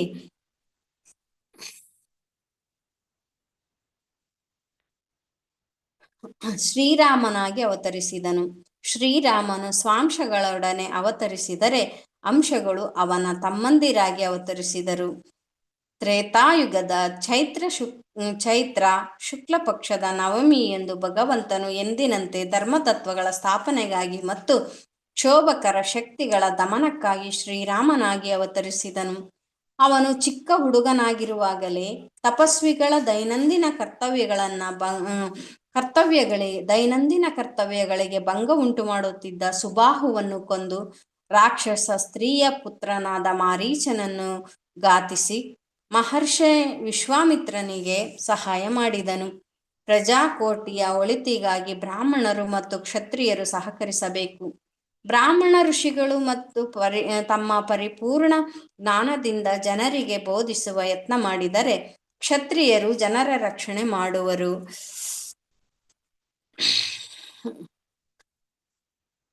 ಶ್ರೀರಾಮಚಂದ್ರನು ಮಾನವನ ಅತ್ಯುನ್ನತ ಸಂಸ್ಕೃತಿಯನ್ನು ಉಳಿಸುವ ಮತ್ತು ಪೋಷಿಸುವ ಎಂದರೆ ಬ್ರಾಹ್ಮಣ್ಯ ಧರ್ಮವನ್ನು ಕಾಪಾಡುವ ಆದರ್ಶ ರಾಜ. ಭಗವಂತನು ವಿಶೇಷವಾಗಿ ಗೋಬ್ರಾಹ್ಮಣ ರಕ್ಷಕ. ಆದ್ದರಿಂದ ಅವನು ಜಗತ್ತಿನ ಸಮೃದ್ಧಿಯನ್ನು ಹೆಚ್ಚಿಸುವನು. ವಿಶ್ವಾಮಿತ್ರನ ಕಾರ್ಯಭಾರದ ಮೂಲಕ ಅಸುರರನ್ನು ಗೆಲ್ಲಲು ಅವನು ದೇವತೆಗಳಿಗೆ ಪರಿಣಾಮಕಾರಿ ಅಸ್ತ್ರವನ್ನ ಬಳುವಳಿಯಾಗಿ ಕೊಟ್ಟನು. ಜನಕ ರಾಜನ ಧನುರ್ಯಜ್ಞಕ್ಕೆ ಬಂದು ಅಜೇಯ ಶಿವಧನಸ್ಸನ್ನು ಮುರಿದು ಜನಕರಾಜನ ಪುತ್ರಿ ಸೀತಾದೇವಿಯನ್ನು ಮದುವೆಯಾದನು. ವಿವಾಹವಾದ ಬಳಿಕ ತನ್ನ ತಂದೆಯಾದ ಮಹಾರಾಜ ದಶರಥನ ಆಜ್ಞೆಯ ಮೇರೆಗೆ ರಾಮನು 14 ವರ್ಷಗಳ ವನವಾಸವನ್ನು ಅಂಗೀಕರಿಸಿದನು. ದೇವತೆಗಳ ರಾಜ್ಯಭಾರಕ್ಕೆ ಸಹಾಯ ಮಾಡಲು 14,000 ರಾಕ್ಷಸರನ್ನು ಕೊಂದನು. ಅಸುರರ ಒಳಸಂಚಿನಿಂದ ಅವನ ಹೆಂಡತಿ ಸೀತಾದೇವಿಯು ರಾವಣನಿಂದ ಅಪಹೃತಳಾದಳು. ಆ ನಂತರ ರಾಮನು ಸುಗ್ರೀವನೊಡನೆ ಸಖ್ಯ ಮಾಡಿಕೊಂಡನು. ಸುಗ್ರೀವನ ಸೋದರನಾದ ವಾಲಿಯನ್ನು ಕೊಲ್ಲಲು ಸುಗ್ರೀವನಿಗೆ ನೆರವು ನೀಡಿದನು. ಭಗವಂತ ಶ್ರೀರಾಮನ ಸಹಾಯದಿಂದ ಸುಗ್ರೀವನು ವಾನರರ ರಾಜನಾದನು.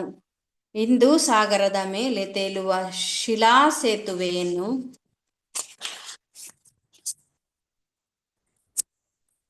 ನಿರ್ಮಿಸಿ ಸೀತೆಯನ್ನು ಅಪಹರಿಸಿದ ರಾವಣನ ಲಂಕಾರಾಜ್ಯವನ್ನು ತಲುಪಿದನು. ಕಡೆಗೆ ಶ್ರೀರಾಮನು ರಾವಣನನ್ನು ಕೊಂದು ರಾವಣನ ತಮ್ಮ ವಿಭೀಷಣನನ್ನು ಲಂಕೆಯ ಸಿಂಹಾಸನದ ಮೇಲೆ ಕೂರಿಸಿದನು.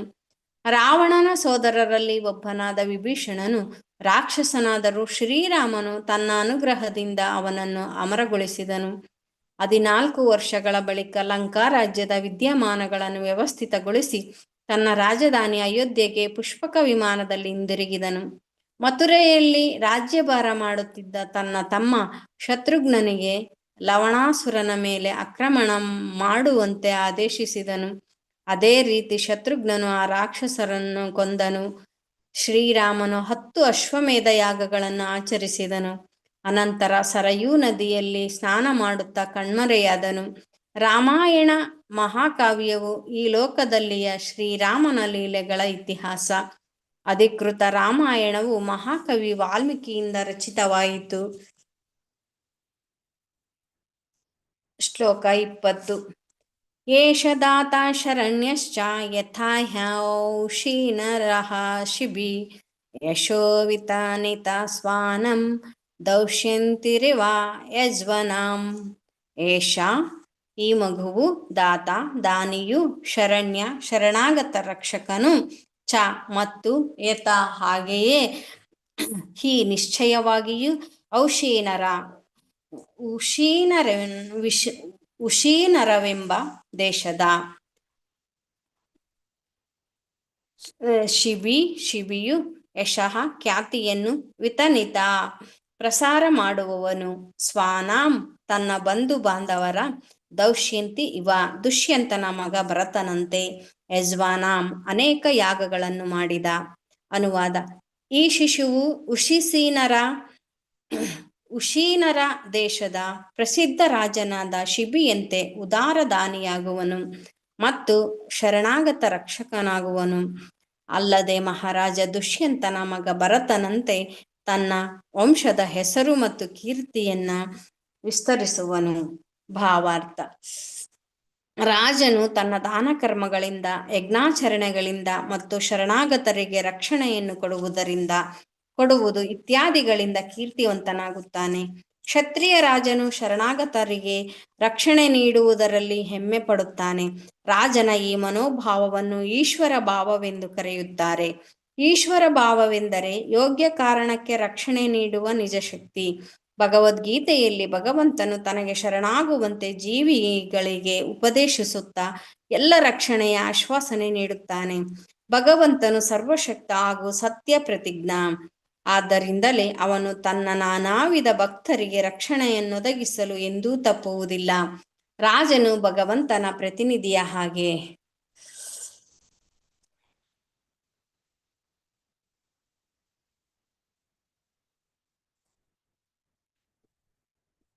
ತನಗೆ ಎಷ್ಟೇ ಕೇಡುಂಟಾದರೂ ಶರಣಾಗತರಿಗೆ ರಕ್ಷಣೆ ನೀಡುವ ಮನೋಭಾವವನ್ನು ಆತನು ತಳೆದಿರಬೇಕು. ಉಶೀನರ ದೇಶದ ಶಿಬಿ ಮಹಾರಾಜನು ಯಯಾತಿ ಮಹಾರಾಜನ ಆತ್ಮೀಯ ಸ್ನೇಹಿತನಾಗಿದ್ದನು. ಯಯಾತಿಯು ಮಹಾರಾಜ ಶಿಬಿಯೊಂದಿಗೆ ಸ್ವರ್ಗಕ್ಕೇರಲು ಶಕ್ತನಾದನು. ಮಹಾರಾಜ ಶಿಬಿಗೆ ಮರಣಾನಂತರ ತಾನು ಸೇರುವ ಸ್ವರ್ಗಲೋಕದ ಬಗ್ಗೆ ಗೊತ್ತಿತ್ತು. ಈ ಸ್ವರ್ಗಲೋಕದ ವರ್ಣನೆಯನ್ನು ಮಹಾಭಾರತದಲ್ಲಿ ಆದಿಪರ್ವ 96.6ರಿಂದ 96.9 ಕೊಡಲಾಗಿದೆ. ಮಹಾರಾಜ ಶಿಬಿಯು ಅದೆಷ್ಟು ಉದಾರಶೀಲನಾಗಿದ್ದನೆಂದರೆ ತನಗೆ ಸ್ವರ್ಗದಲ್ಲಿ ದೊರೆತ ಸ್ಥಾನವನ್ನು ಯಯಾತಿಗೆ ಕೊಡಲು ಬಯಸಿದ್ದನು. ಆದರೆ ಯಯಾತಿಯು ಅದಕ್ಕೆ ಒಪ್ಪಲಿಲ್ಲ. ಯಯಾತಿಯು ಮಹರ್ಷಿಗಳಾದ ಅಷ್ಟಕ ಮುಂತಾದವರೊಡನೆ ಸ್ವರ್ಗಲೋಕಕ್ಕೆ ಹೋದನು. ಸ್ವರ್ಗಲೋಕಕ್ಕೆ ಹೋಗುವ ಮಾರ್ಗದಲ್ಲಿ ಋಷಿಗಳು ಪ್ರಶ್ನಿಸಿದಾಗ ಯಯಾತಿಯು ಶಿಬಿಯ ಪುಣ್ಯಕರ್ಮಗಳ ಸಂಗತಿಯನ್ನು ತಿಳಿಸಿದನು. ಅವನು ತನ್ನ ಉಪಾಸ್ಯ ದೇವತೆಯಾದ ಯಮರಾಜನ ಸಭೆಯಲ್ಲಿ ಸದಸ್ಯನಾಗಿದ್ದಾನೆ. ಭಗವದ್ಗೀತೆಯಲ್ಲಿ ದೃಢಪಟ್ಟಂತೆ ದೇವತಾರಾಧಕನು ದೇವಲೋಕಗಳಿಗೆ ಹೋಗುತ್ತಾನೆ. ಯಾಂತಿ ದೇವರಥ ದೇವಾನ್. ಹೀಗಾಗಿ ಶಿಬಿ ಮಹಾರಾಜನು ಆ ಲೋಕದಲ್ಲಿ ಮಹಾವೈಷ್ಣವಾಧಿಕಾರಿಯಾದ ಯಮನ ಸಂಗಾತಿಯಾದರು.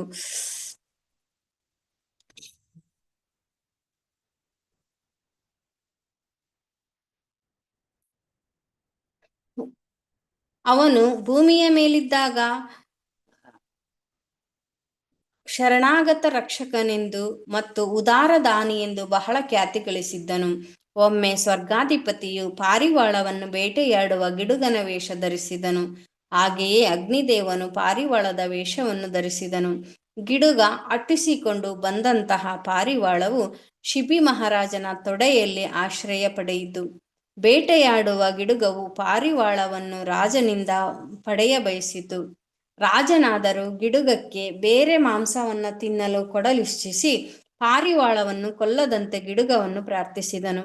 ಬೇಟೆಯಾಡುವ ಪಕ್ಷಿಯು ರಾಜನ ನಿವೇದನೆಯನ್ನು ಸಮ್ಮತಿಸಲಿಲ್ಲ. ಆದರೆ ಕಡೆಗೆ ಗಿಡುಗವು ಪಾರಿವಾಳದ ತೂಕಕ್ಕೆ ಸಮವಾದಷ್ಟು ಮಾಂಸವನ್ನು ರಾಜನ ಶರೀರದಿಂದ ಪಡೆಯಲು ಒಪ್ಪಿತು. ರಾಜನು ತಕ್ಕಡಿಯಲ್ಲಿ ತೂಗಲು ಪಾರಿವಾಳದ ತೂಕಕ್ಕೆ ಸಮನಾದ ಮಾಂಸವನ್ನು ತನ್ನ ಶರೀರದಿಂದ ಕತ್ತರಿಸಿ ತೆಗೆಯಲಾರಂಭಿಸಿದನು.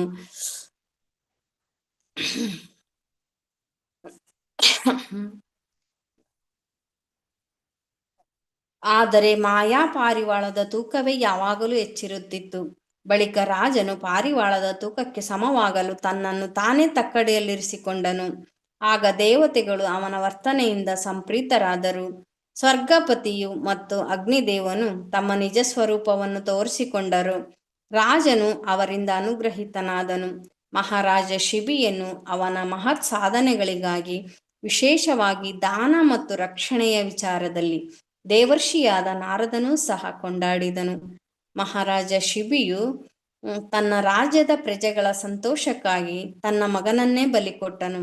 ಮಗು ಪರೀಕ್ಷಿತನು ಇದೇ ರೀತಿ ದಾನ ಮತ್ತು ರಕ್ಷಣೆಗಳಲ್ಲಿ ಎರಡನೆಯ ಶಿಬಿಯಾಗುವನು.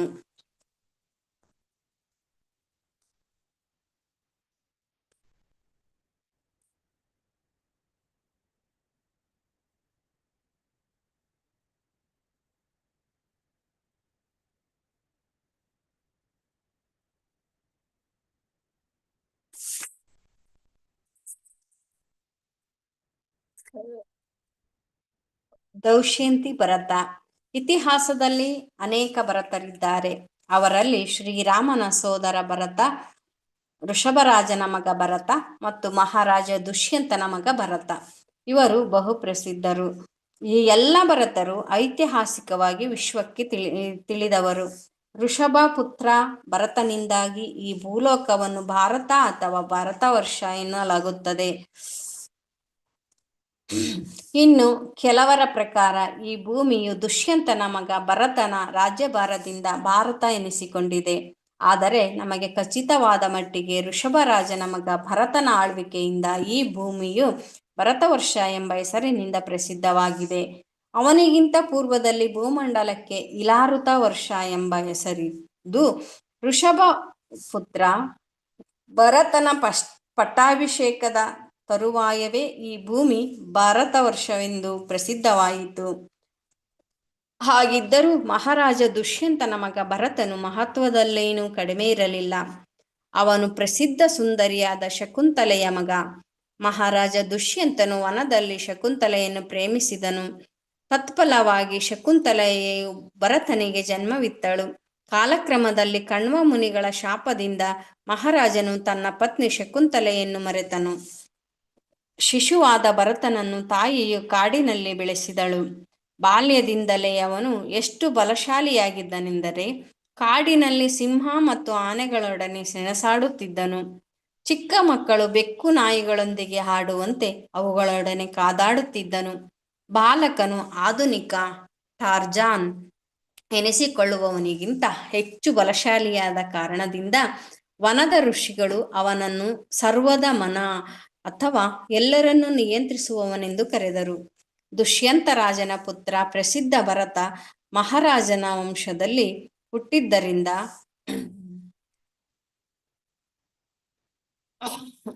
ಪಾಂಡವರನ್ನು ಅಥವಾ ಕೌರವರನ್ನು ಕೆಲವೊಮ್ಮೆ ಭಾರತ ಎಂಬುದಾಗಿ ಸಂಬೋಧಿಸಲಾಗಿದೆ.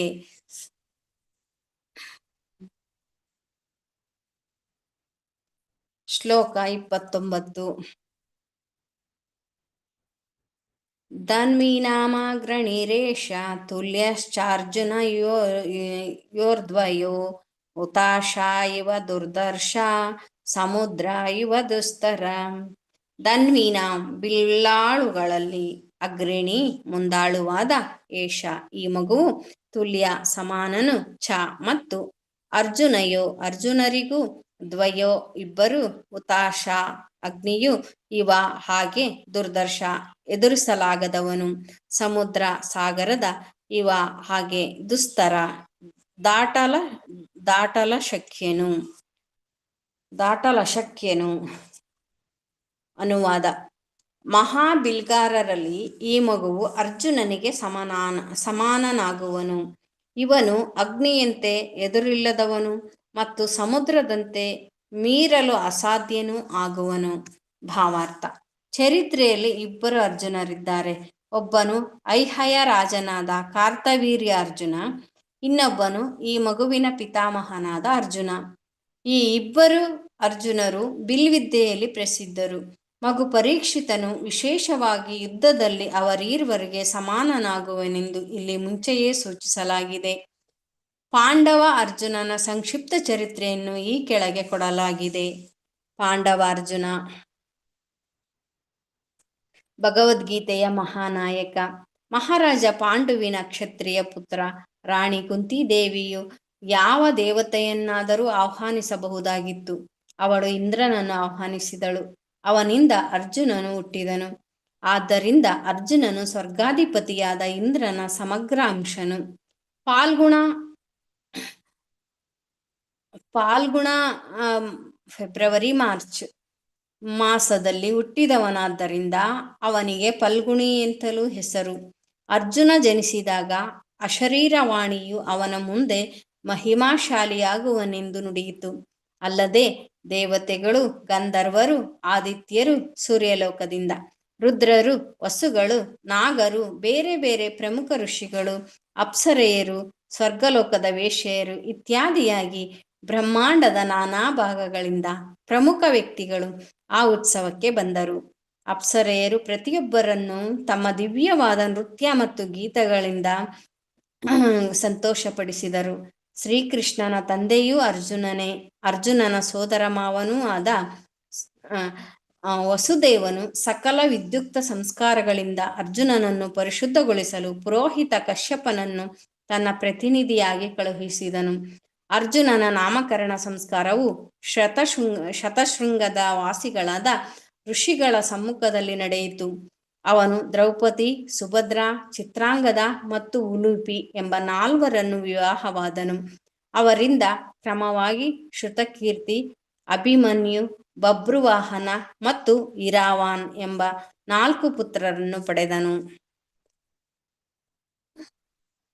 ಅವನ ಬ್ರಹ್ಮಚರ್ಯಾಶ್ರಮದ ಅವಧಿಯಲ್ಲಿ ಇತರ ಪಾಂಡವರು ಮತ್ತು ಕೌರವರೊಂದಿಗೆ ಅವನ ವಿದ್ಯಾಭ್ಯಾಸವು ನಡೆಯಿತು. ಅದರ ಹೊಣೆಯನ್ನು ಮಹಾ ಆಚಾರ್ಯರಾದ ದ್ರೋಣರಿಗೆ ವಹಿಸಲಾಯಿತು. ಆದರೆ ಅವನು ತನ್ನ ಗಾಢ ಅಧ್ಯಯನದಿಂದಾಗಿ ಪ್ರತಿಯೊಬ್ಬರನ್ನೂ ಮೀರಿಸಿದನು. ಅವನ ಶಿಸ್ತಿನ ಆಸ್ಥೆ ದ್ರೋಣಾಚಾರ್ಯರ ಮನಸ್ಸನ್ನು ವಿಶೇಷವಾಗಿ ಸೆಳೆಯಿತು. ದ್ರೋಣಾಚಾರ್ಯರು ಅವನನ್ನು ಅನುಗ್ರಹಿಸುವಷ್ಟು ಹೃತ್ಪೂರ್ವಕವಾಗಿ ಅವನಲ್ಲಿ ವಾತ್ಸಲ್ಯ ತೋರಿದರು. ಅರ್ಜುನನು ಎಷ್ಟರ ಮಟ್ಟಿಗಿನ ಹುರುಪುಳ್ಳ ಶಿಷ್ಯನಾಗಿದ್ದನೆಂದರೆ ರಾತ್ರಿ ವೇಳೆಯಲ್ಲಿಯೂ ಸಹ ಧನುರ್ವಿದ್ಯೆಯನ್ನು ಅಭ್ಯಸಿಸುತ್ತಿದ್ದನು. ಈ ಎಲ್ಲ ಕಾರಣಗಳಿಗಾಗಿ ದ್ರೋಣಾಚಾರ್ಯರು ಅವನನ್ನು ಲೋಕದಲ್ಲಿ ಶ್ರೇಷ್ಠ ಬಿಲ್ಗಾರನನ್ನಾಗಿ ಮಾಡಲು ನಿಶ್ಚಯಿಸಿದರು.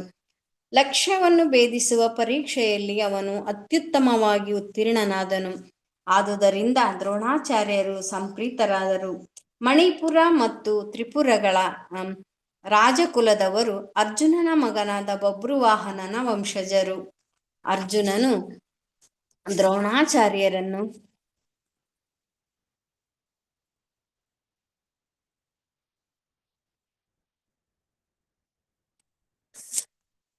ಮೊಸಳೆಯ ಹಿಡಿತದಿಂದ ಪಾರು ಮಾಡಿದನು.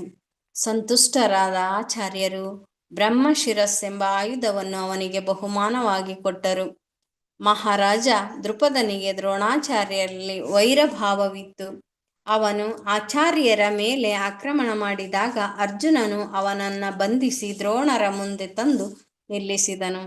ಅವನು ಮಹಾರಾಜ ದೃಪದನಿಗೆ ಸೇರಿದ ಅಹಿಚ್ಛತ್ರವೆಂಬ ನಗರಕ್ಕೆ ಮುತ್ತಿಗೆ ಹಾಕಿ ಅದನ್ನು ವಶಪಡಿಸಿಕೊಂಡು ದ್ರೋಣಾಚಾರ್ಯರಿಗೆ ಒಪ್ಪಿಸಿದನು. ಆಚಾರ್ಯರು ಬ್ರಹ್ಮಶಿರ ಆಯುಧದ ರಹಸ್ಯ ಪ್ರಯೋಗವನ್ನು ಅರ್ಜುನನಿಗೆ ವಿವರಿಸಿದರು. ತಾವೇ ಅರ್ಜುನನ ವೈರಿಯಾದಾಗ ಅತ್ಯವಶ್ಯವಾದರೆ ಮಾತ್ರ ಈ ಆಯುಧವನ್ನು ಪ್ರಯೋಗಿಸಬೇಕೆಂದು ಅರ್ಜುನನಿಂದ ವಚನವನ್ನು ಪಡೆದರು. ಈ ಮೂಲಕವಾಗಿ ಆಚಾರ್ಯರು ಭವಿಷ್ಯದಲ್ಲಿ ನಡೆಯುವ ಕುರುಕ್ಷೇತ್ರ ಯುದ್ಧದಲ್ಲಿ ತಾವು ಶತ್ರುಪಕ್ಷವನ್ನು ವಹಿಸುವುದರ ಮುನ್ಸೂಚನೆಯನ್ನು ಕೊಟ್ಟರು.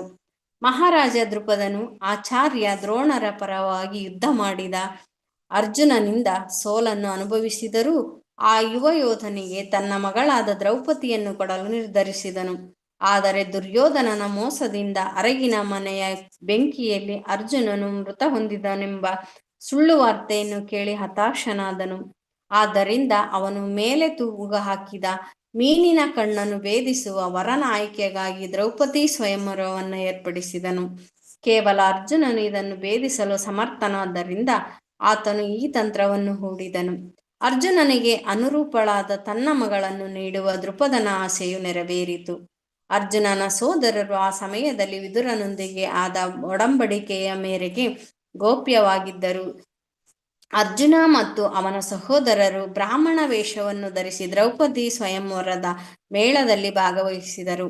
ನೆರೆದ ಕ್ಷತ್ರಿಯ ರಾಜರೆಲ್ಲರೂ ದ್ರೌಪದಿಯು ಬಡ ಬ್ರಾಹ್ಮಣನನ್ನು ವರಿಸಿ ಮಾಲೆ ಹಾಕಿದುದನ್ನು ಕಂಡಾಗ ಶ್ರೀಕೃಷ್ಣನು ಬಲರಾಮನಿಗೆ ಅವನ ಗುರುತನ್ನು ಹೊರಗೆಡಹಿದನು. ಅರ್ಜುನನು ಹರಿದ್ವಾರದಲ್ಲಿ ಉಲೂಪಿ ಎಂಬ ಓರ್ವ ನಾಗಕನ್ಯೆಯನ್ನು ಸಂಧಿಸಿ ಅವಳಿಂದ ಆಕರ್ಷಿತನಾದನು. ಅದರ ಪರಿಣಾಮವಾಗಿ ಇರಾವಂತನು ಹುಟ್ಟಿದನು. ಹಾಗೆಯೇ ಮಣಿಪುರ ರಾಜನ ಮಗಳಾದ ಚಿತ್ರಾಂಗದೆಯನ್ನು ಅರ್ಜುನನು ಸಂಧಿಸಿದನು. ಅವಳಲ್ಲಿ ಬಭ್ರುವಾಹನನು ಹುಟ್ಟಿದನು. ಬಲರಾಮನಿಗೆ ತನ್ನ ತಂಗಿ ಸುಭದ್ರೆಯನ್ನ ದುರ್ಯೋಧನನಿಗೆ ಕೊಡುವ ಉದ್ದೇಶವಿದ್ದುದರಿಂದ ಶ್ರೀಕೃಷ್ಣನು ಅವಳನ್ನು ಅಪಹರಿಸಲು ಅರ್ಜುನನಿಗೆ ನೆರವಾಗುವಂತೆ ಒಂದು ಹಂಚಿಕೆಯನ್ನು ಹಾಕಿದನು. ಯುಧಿಷ್ಠಿರನು ಕೂಡ ಶ್ರೀಕೃಷ್ಣನೊಂದಿಗೆ ಇದಕ್ಕೆ ಸಮ್ಮತಿಸಿದನು. ಈ ರೀತಿ ಸುಭದ್ರೆಯನ್ನು ಅರ್ಜುನನು ಬಲಾತ್ಕಾರವಾಗಿ ಒಯ್ದನು. ಆ ನಂತರದಲ್ಲಿ ಅವಳನ್ನು ಅವನಿಗೆ ಮದುವೆ ಮಾಡಿಕೊಡಲಾಯಿತು. ಸುಭದ್ರೆಯ ಮಗ ಅಭಿಮನ್ಯು. ಅವನು ತಂದೆಯ ಮರಣಾನಂತರ ಹುಟ್ಟಿದ ಪರೀಕ್ಷಿತ ಮಹಾರಾಜನ ತಂದೆ. ಅರ್ಜುನನು ಕಾಂಡವವನಕ್ಕೆ ಬೆಂಕಿ ಹಚ್ಚಿ ಅಗ್ನಿದೇವನನ್ನು ತಣಿಸಿದನು. ಇದಕ್ಕಾಗಿ ಅಗ್ನಿದೇವನು ಅವನಿಗೆ ಆಯುಧವೊಂದನ್ನು ದಯಪಾಲಿಸಿದನು. ಕಾಂಡವವನಕ್ಕೆ ಬೆಂಕಿ ಇಟ್ಟಾಗ ಇಂದ್ರನಿಗೆ ಕೋಪ ಬಂತು. ಅವನು ಇತರ ದೇವತೆಗಳ ಸಹಾಯ ಪಡೆದು ಅರ್ಜುನನ ಆಹ್ವಾನವನ್ನು ಎದುರಿಸಲು ಸನ್ನದ್ಧನಾದನು. ಆದರೆ ಅರ್ಜುನನಿಂದ ಅವರು ಪರಾಜಿತರಾದರು. ಇಂದ್ರದೇವನು ಸ್ವರ್ಗಲೋಕಕ್ಕೆ ಹಿಂದಿರುಗಿದನು. ಅರ್ಜುನನು ಅಸುರನಾದ ಮಯನಿಗೂ ಸರ್ವರಕ್ಷಣೆಯನ್ನು ನೀಡುವ ವಚನವನ್ನಿತ್ತನು. ಮಯನು ಅರ್ಜುನನಿಗೆ ದೇವದತ್ತವೆಂಬ ಅಮೂಲ್ಯವಾದ ಶಂಖವನ್ನು ಕಾಣಿಕೆಯನ್ನಾಗಿ ಕೊಟ್ಟನು. ಹೀಗೆ ಅರ್ಜುನನು ತನ್ನ ಶೌರ್ಯದಿಂದ ಇಂದ್ರನನ್ನು ತೃಪ್ತಿಪಡಿಸಿ ಅವನಿಂದ ಇತರ ಅಮೂಲ್ಯವಾದ ಅಸ್ತ್ರಗಳನ್ನು ಪಡೆದನು.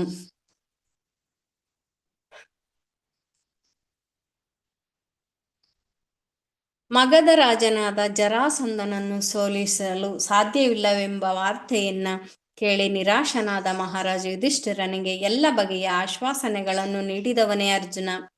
ಹೀಗಾಗಿ ಅರ್ಜುನ, ಭೀಮ ಮತ್ತು ಶ್ರೀಕೃಷ್ಣರು ಜರಾಸಂಧನನ್ನು ಕೊಲ್ಲಲು ಮಗಧ ರಾಜ್ಯಕ್ಕೆ ಹೊರಟರು. ಸಾಮಾನ್ಯವಾಗಿ ಪ್ರತಿಯೊಬ್ಬ ಚಕ್ರವರ್ತಿಯು ಮಾಡುವಂತೆ ಪಟ್ಟಾಭಿಷೇಕವಾದ ಮೇಲೆ ಜಗತ್ತಿನ ಎಲ್ಲ ರಾಜರನ್ನು ಪಾಂಡವರ ಅಧೀನರನ್ನಾಗಿ ಮಾಡಿಕೊಳ್ಳಲು ಅರ್ಜುನನು ದಿಗ್ವಿಜಯ ಹೊರಟು ಕೇಲಿಂದ ಎಂಬ ದೇಶವನ್ನು ಗೆದ್ದನು. ಭಗದತ್ತ ರಾಜನನ್ನು ಸೋಲಿಸಿದನು. ಆಮೇಲೆ ಅಂತಗಿರಿ, ಉಲೂಕಪುರ, ಮೋದಾಪುರ ಮುಂತಾದ ದೇಶಗಳ ಮೂಲಕ ಸಂಚರಿಸಿ ಎಲ್ಲ ರಾಜರನ್ನು ಗೆದ್ದು ತನ್ನ ಅಧೀನಪಡಿಸಿಕೊಂಡನು. ಅರ್ಜುನನು ಕೆಲವೊಮ್ಮೆ ಕಠಿಣ ತಪಸ್ಸುಗಳನ್ನು ಆಚರಿಸಿದನು.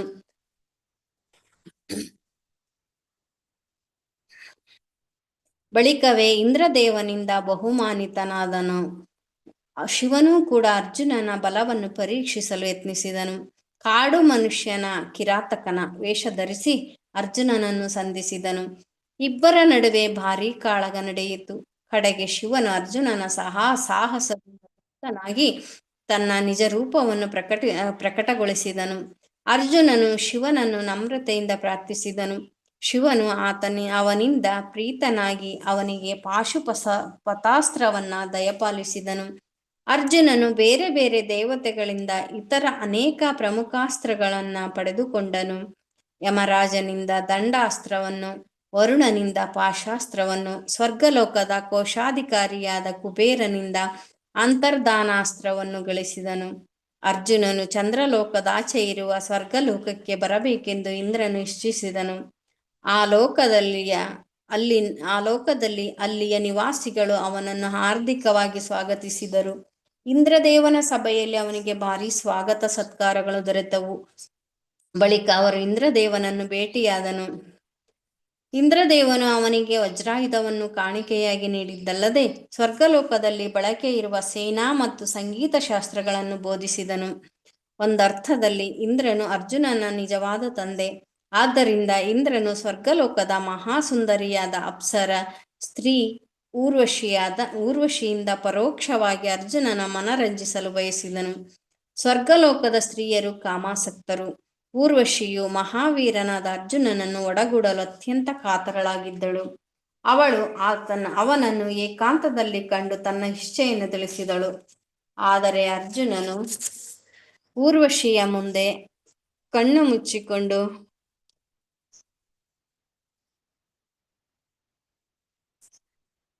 ಅವಳನ್ನು ಕುರುವಂಶದ ಮಾತೆ ಎಂಬುದಾಗಿ ಸಂಬೋಧಿಸುತ್ತಾ ಅವಳನ್ನು ತನ್ನ ಮಾತೆಯರಾದ ಕುಂತಿ, ಮಾದ್ರಿ ಮತ್ತು ಇಂದ್ರದೇವನ ಪತ್ನಿಯಾದ ಶಚೀದೇವಿಯರ ಸ್ಥಾನದಲ್ಲಿರಿಸಿ ತನ್ನ ನಿರ್ದುಷ್ಟ ಶೀಲವನ್ನು ಕಾಪಾಡಿಕೊಂಡನು. ಹತಾಶಳಾದ ಊರ್ವಶಿಯು ಅರ್ಜುನನನ್ನು ಶಪಿಸಿ ಹೊರಟು ಹೋದಳು. ಅರ್ಜುನನು ಸ್ವರ್ಗಲೋಕದಲ್ಲಿ ಹೆಸರಾಂತ ಮಹಾತಪಸ್ವಿ ಲೋಮಶನನ್ನು ಭೇಟಿ ಮಾಡಿ ಮಹಾರಾಜ ಯುಧಿಷ್ಠಿರನ ಕ್ಷೇಮಕ್ಕಾಗಿ ಪ್ರಾರ್ಥಿಸಿಕೊಂಡನು.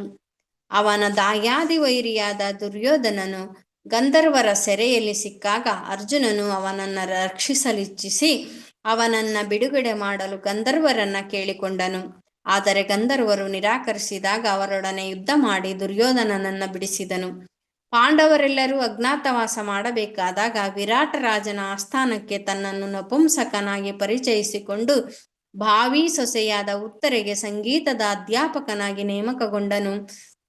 ವಿರಾಟನ ಆಸ್ಥಾನದಲ್ಲಿ ಬೃಹನ್ನಳೆ ಎಂದು ಪ್ರಸಿದ್ಧನಾದನು. ಬೃಹನ್ನಳೆಯಾಗಿದ್ದಾಗ ವಿರಾಟ ರಾಜನ ಮಗ ಉತ್ತರ ಕುಮಾರನ ಪರವಾಗಿ ಯುದ್ಧ ಮಾಡಿದನು. ಅಜ್ಞಾತವಾಸದಲ್ಲಿದ್ದುಕೊಂಡು ಯುದ್ಧದಲ್ಲಿ ಕುರುಗಳನ್ನು ಸೋಲಿಸಿದನು. ಅವನ ರಹಸ್ಯಾಸ್ತ್ರಗಳು ಶಮೀವೃಕ್ಷದ ಕಾವಲಿನಲ್ಲಿ ಸುರಕ್ಷಿತವಾಗಿದ್ದವು. ಅವನು ತನ್ನ ಗುರುತನ್ನು ಮತ್ತು ತನ್ನ ಸೋದರರ ಗುರುತನ್ನು ಉತ್ತರನಿಗೆ ಬಯಲು ಮಾಡಿದನು. ಕುರು ಮತ್ತು ವಿರಾಟರ ಯುದ್ಧದಲ್ಲಿ ಅರ್ಜುನನ ಇರುವಿಕೆ ದ್ರೋಣಾಚಾರ್ಯರಿಗೆ ತಿಳಿಯಿತು. ಆಮೇಲೆ ಕುರುಕ್ಷೇತ್ರ ಯುದ್ಧರಂಗದಲ್ಲಿ ಅರ್ಜುನನು ಕರ್ಣ ಮತ್ತಿತರ ಸೇನಾಪತಿಗಳನ್ನು ಕೊಂದನು. ಕುರುಕ್ಷೇತ್ರ ಯುದ್ಧವಾದ ಮೇಲೆ ದ್ರೌಪದಿಯ ಎಲ್ಲ 5 ಪುತ್ರರನ್ನು ಕೊಂದ ಅಶ್ವತ್ಥಾಮನನ್ನು ದಂಡಿಸಿದನು. ಬಳಿಕ ಎಲ್ಲ ಸೋದರರು ಭೀಷ್ಮರ ಬಳಿಗೆ ಹೋದರು. ಅರ್ಜುನನ ನಿಮಿತ್ತದಿಂದಲೇ ಭಗವದ್ಗೀತೆಯ ಮಹಾವೇದಾಂತದ ಪ್ರವಚನಗಳನ್ನು ಭಗವಂತನು ಕುರುಕ್ಷೇತ್ರದ ಯುದ್ಧಭೂಮಿಯಲ್ಲಿ ನೀಡಿದನು. ಕುರುಕ್ಷೇತ್ರದ ರಣರಂಗದಲ್ಲಿ ಅವನು ಮಾಡಿದ ಅದ್ಭುತ ಕಾರ್ಯಗಳನ್ನು ಮಹಾಭಾರತದಲ್ಲಿ ವಿವರವಾಗಿ ವರ್ಣಿಸಲಾಗಿದೆ. ಮಣಿಪುರದಲ್ಲಿ ಅರ್ಜುನನು ತನ್ನ ಮಗ ಬಭ್ರುವಾಹನನಿಂದ ಪರಾಜಿತನಾಗಿ ಮೂರ್ಛೆ ಹೋದಾಗ ಅವನನ್ನು ಉಲೂಪಿಯು ಪಾರು ಮಾಡಿದಳು. ಶ್ರೀಕೃಷ್ಣನು ಅಂತರ್ಧಾನನಾದ ಬಳಿಕ ಆ ಸುದ್ದಿಯನ್ನು ಮಹಾರಾಜ ಯುಧಿಷ್ಠಿರನಿಗೆ ತಿಳಿಸಿದವನು ಅರ್ಜುನನೇ.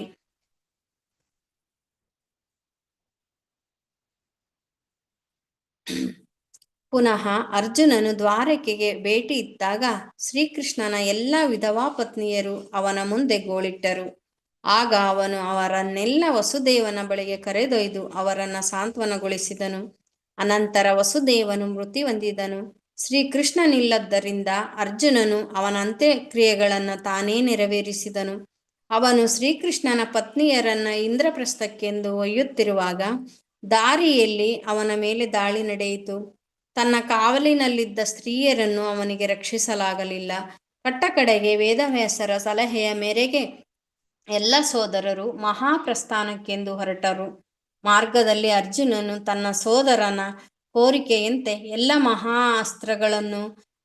ಮಹಾಸ್ತ್ರಗಳು ವ್ಯರ್ಥವೆಂದು ಹೇಳಿ ಅವುಗಳನ್ನು ನೀರಿನಲ್ಲಿ ಬಿಸಾಡಿದನು.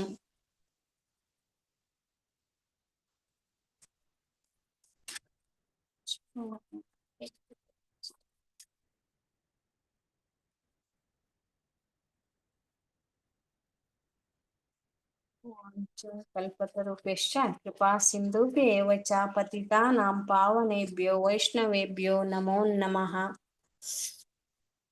ಅನಂತ ಕೋಟಿ ವೈಷ್ಣವರಿಂದ ಕಿ ಜೈ. ಶ್ರೀಲ ಪ್ರಭುಪಾದ್ ಕಿ ಜೈ. ಗುರು ಮಹಾರಾಜ್ ಕಿ ಜೈ.